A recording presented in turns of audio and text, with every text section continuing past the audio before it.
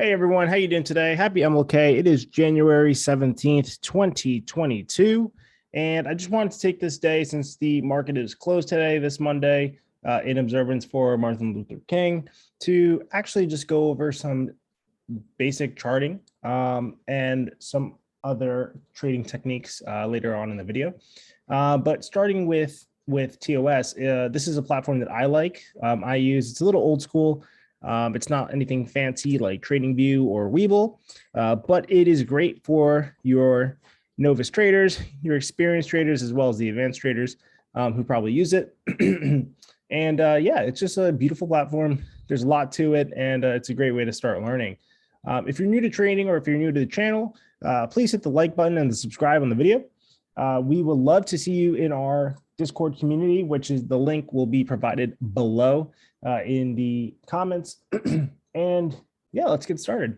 So a lot of people have been reaching out to me asking, hey, Kenny, like, how do you know all these levels? How do you know all these pivot points in the chart? And I tell them, well, it's all based off support and resistance, right? A basic part of technical analysis, I would say. And getting started with that, essentially what is nice about it is that it actually will allow you to optimize your trades, optimize your return on investments, just by simply knowing specific price points and or levels to watch out for.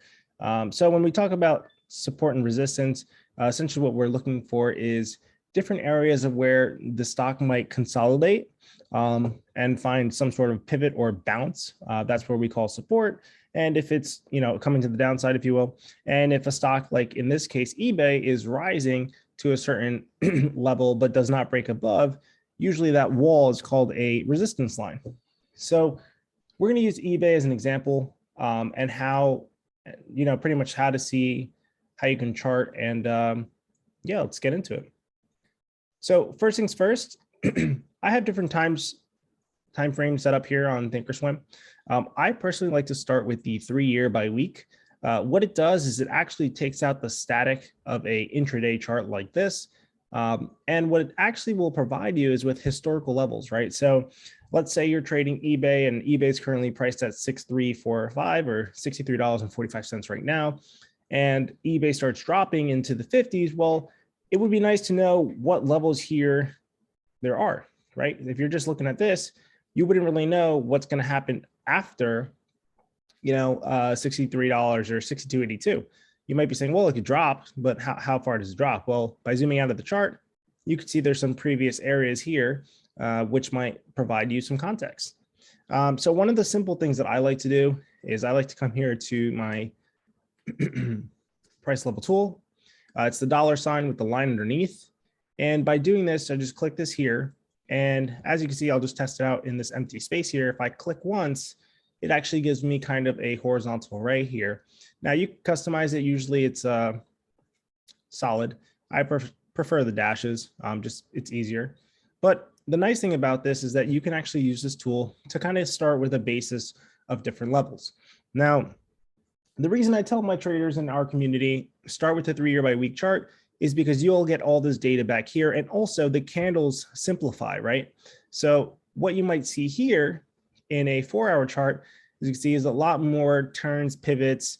It's a lot more choppy. There's a lot more stuff going on. So to simplify that, we go into a larger time frame, such as the 3-year by week. Why? Because every 4 to 5 days of trading is going to be consolidated into one candle.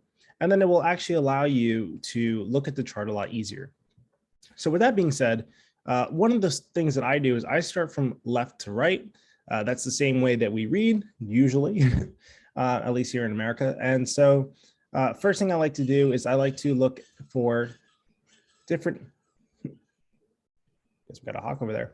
I like to look for different areas where I clearly can visualize a floor, right, or a ceiling. And so here, what you can see is by reading each candle, you could start with the first. This first candle had a push up here. Obviously, there was a little bit of resistance, and then we broke through it.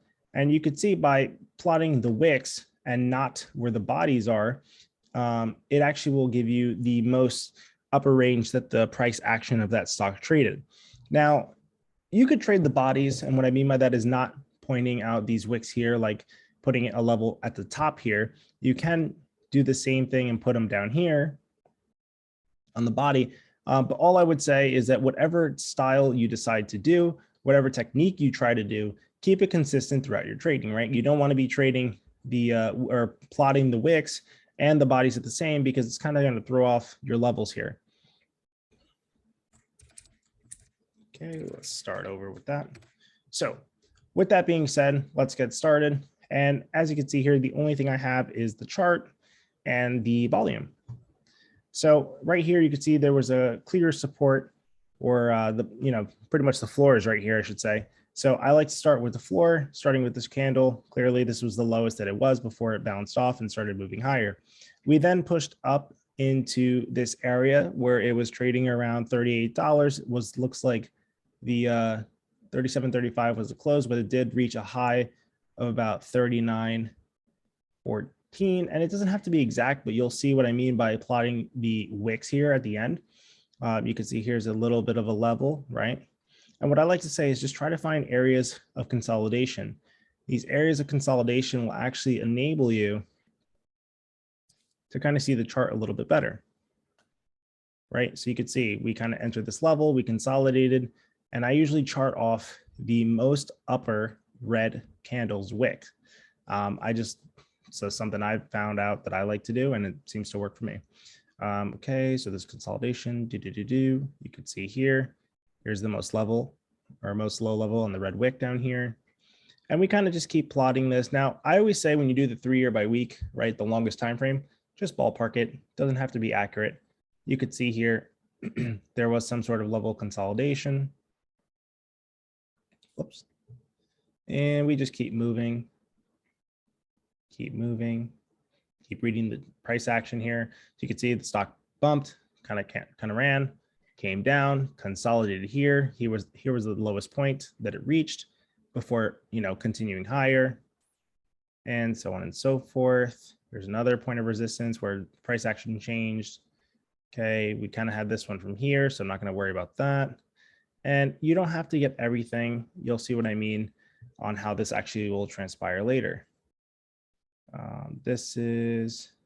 So you'll see how this wick, right? If I traded the body here, it actually ends up being the wick. So you can watch this here, because then you had a big surge. Keep moving. Keep moving. Okay. And as you can see, you don't have to get everything. Just get the things that look the most consolidated. Now, one of the cool things you'll see is that as you point these wicks out, right, you'll see that these levels start to even out, and you'll see these areas of consolidation. Here you could say is an interesting level. I don't know if I'd really plot this, maybe down here on the green, just because it looks actually more even here. And it is, looks like it opened down, got pushed down there. So put that there and there. Cool. So now this is a basic 3 year by week candle chart time frame. And we kind of have all of our levels set out. You can then go back in between the gaps to see if you really see anything, see any pivot points like here, could have been one. And that's about it that I see for now. You could say like around here was one, right? That was this level here, huge wick, a major wick. So pretty much what this means is the price action got pushed all the way down here, and the bulls in the market actually pushed this back up and reclaimed the price action back up to about $77. So we'll plot that out. All right, cool. Now we have the weekly time frame done. Then what I like to do is I actually like to go into the 1 year, 1 day charm time frame. And I will pretty much do the same thing here. Now, the purpose of hopping into lower time frames is just to get a little bit more specific. And this is what I mean. If you were trading in this range here, right, you could see the blue lines represent the weekly time frames or weekly support and resistances. But if you're trading on the 15-minute, right, say you're trading on the 1 day 15-minute or the 5 day 15-minute, how would you know when this pivots here, right? And I'm going to show you how kind of you will get some generalization in these support and resistance areas just by simply going into shorter time frames, but starting from the weekly into the daily, right? So now that we're in the daily, excuse me, we'll continue on. So clearly you could see there was a level of resistance around here. And that translates across this way. We'll just keep reading the time frames here and the price action. Nothing really here, nothing really here. Major bump support here. That's where we kind of have a nice bounce. Okay. Here's the lowest it's ever been, 51 on this time frame. So we'll plot that because that's a major change. Have another little bit of a resistance here before we kind of push back down. They'll go up. And I just keep going. Once again, this doesn't have to be perfect, but you'll eventually get the idea. So there, this one's done there. This is done here. This is done here. We have this area here. And it looks like this lower line here. And now you could see, right, by plotting this line, look how this translates across previous support, right? The stock price closed exactly at 67.28 or roughly 67.25. So about 3 cents. So it's pretty close.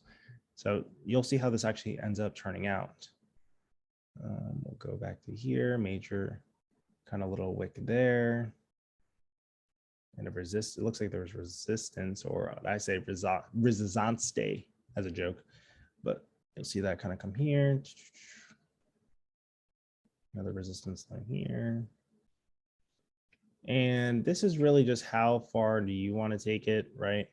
How many do you really need? Just until you feel like you're done, like you got major points here. Once again, this doesn't have to be perfect because you'll actually end up adjusting this later on. And it looks like we're about done. I don't really see much else. Looks like we got, yep, looks like we got everything. All right, then I break it down into the 360-day 4-hour. So it charts the whole year. And what I look for here is just blindly, I would say loosely looking for pivots, right? So here's an example. This chart's actually pretty choppy. But what I'm looking for here is just these turns, right? So you could see this is an area of resistance where we have a turn in the price action and it keeps coming lower. Now, for example, when I do look at this, I look at something like this. There's this line here, right? You can see this wick right down here. And when I look across, I want to see across my cursor, is there any other areas where it's kind of crossing? So if you look at this glob here, if I keep my cursor here and I press, you'll see it kind of slices it into 2 different layers of consolidation. So that's kind of what I'm looking for here. And I also go across this way, right? So anywhere there's an area of consolidation, like in this block here, you can kind of see that that kind of ends up being here. And then you'll just keep going. There's a major little resistance here, and you can see that slices that here. Same thing with this pivot point area here.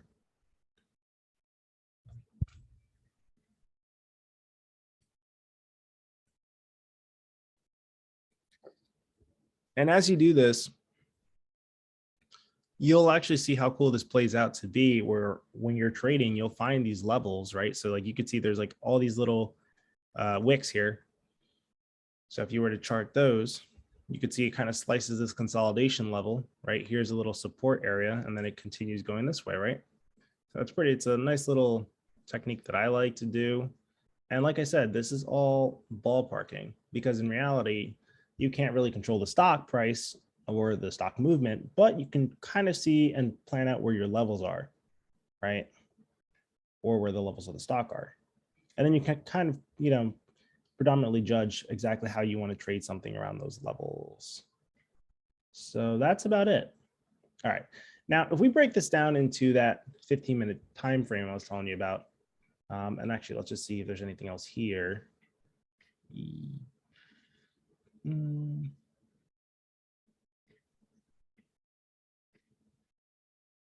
Yes, I don't really see much else. Okay, so now we'll go into the hourly chart, and you can see, look at how these levels play out, right? So now if you were trading the stock around here, or even towards the end of the day, you could see 62.74 was a key area, right? It was a key area of previous support at some point, at least maybe on the weekly or the daily time frame or the 4-hour, who knows?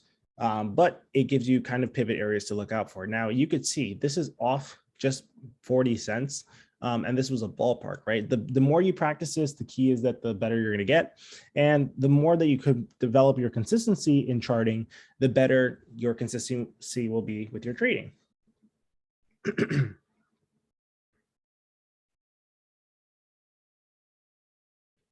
Now, let's get into a time frame such as like the 5-day, 15-minute.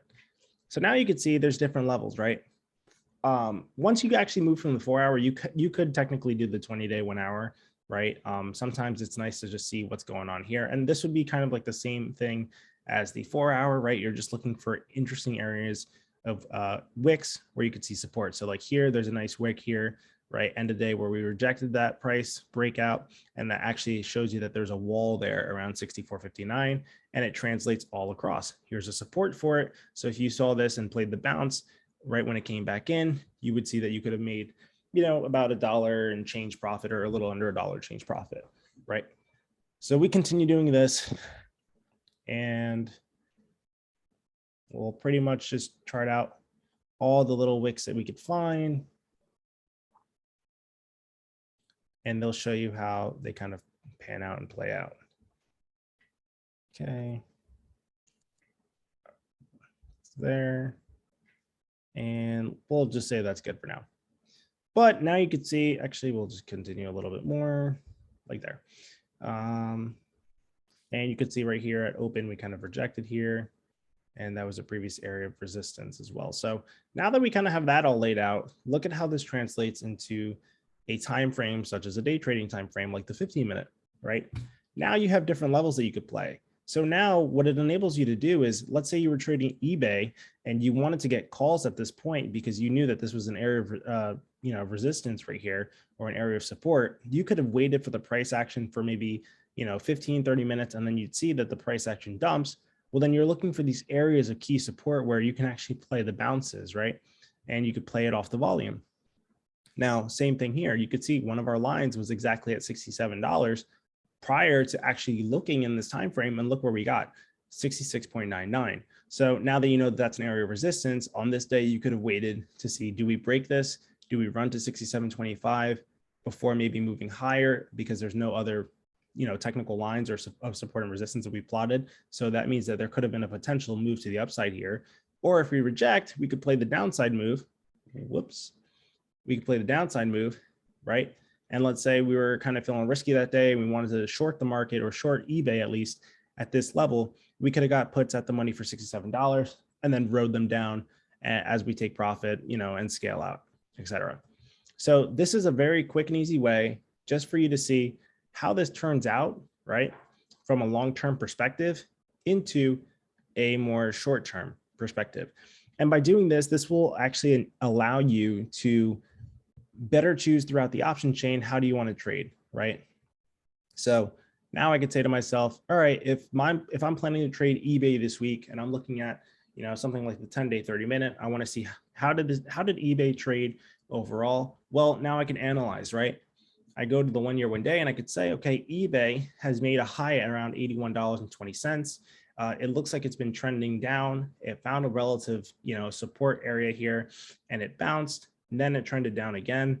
And actually, when you look at this, you can see here, eBay found a kind of relative support area here, right? So when we look at this, we want to see, where does eBay trade around here? If we want to wait for a 1, 2, 3 day confirmation, and then wait till, eBay gets around $64 where there's a level of support, looks like that's an area of buying where people would like to take this long, then, that could be a good entry. And, why would I choose 64? Well, every time I see that around 64, it looks like the volume is very strong demand to the buy side, right? So I might look to trade eBay at around 60 on the $64 breakout.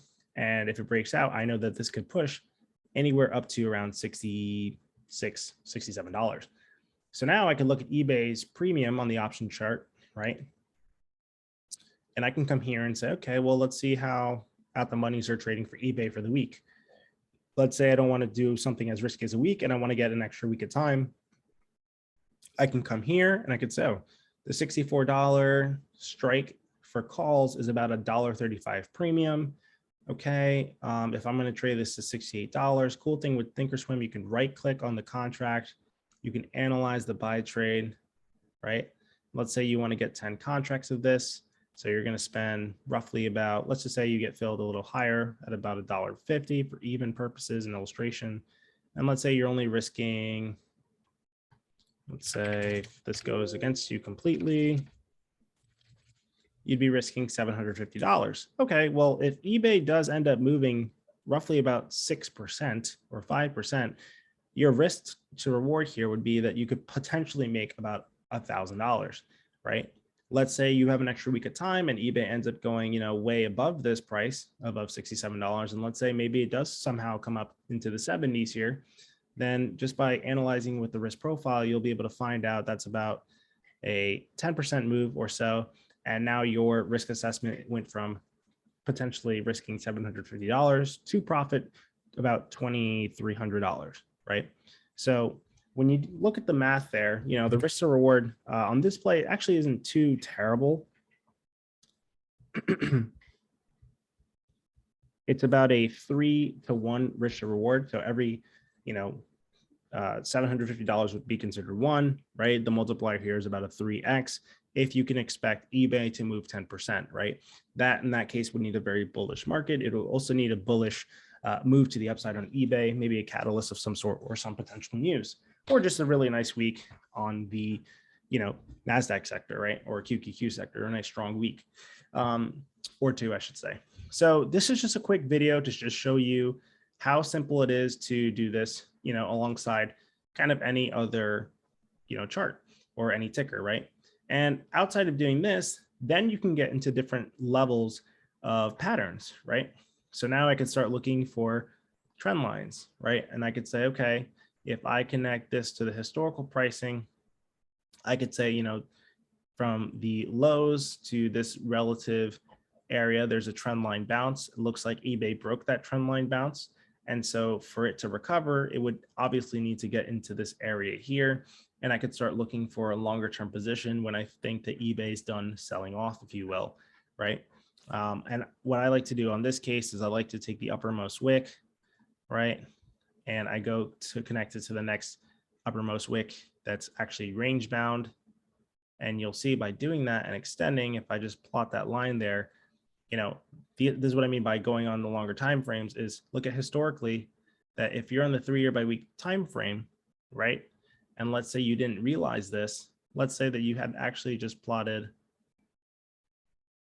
from this wick to this wick, right? If you were to extend this, and actually I'm just going to show you like this. Let's say that you didn't know how far eBay can go, right? You could extend this line here, right? And if, let's say you fast forward to today, you could see that we got pretty close, right? Or even on the 1-year by week, you could see that that was breaking out of here would be a relative high. So historical points are definitely something to keep in mind. You could see here that could have been an upside target trading around this level. And then if it broke this trend line at any point, right, you could see, we tested it once, tested it twice, bounced, kind of coming back to it again, tested again, and then we broke below. Then that this could have been a nice technical pattern to play. It's a rising wedge. And then technically, if you know the pattern, that it would break down, right? Overall, this video is more of support and resistance lines and just trading off support, resistance, and volume and price action. But this is a nice little tool that could actually enable you to, enhance your trading if you are someone who also likes to trade patterns, but don't know what levels to aim for. Hopefully that helps. Wishing everyone a nice day. And I hope that you got something out of this. If you have any questions, feel free to leave a comment down below or feel free to come into our Discord community, ask the questions. I'm always available. And if I'm not available, I usually try to get back to you pretty quick. Overall, hope this helps. Stay safe, happy trading, and have a great day. Bye.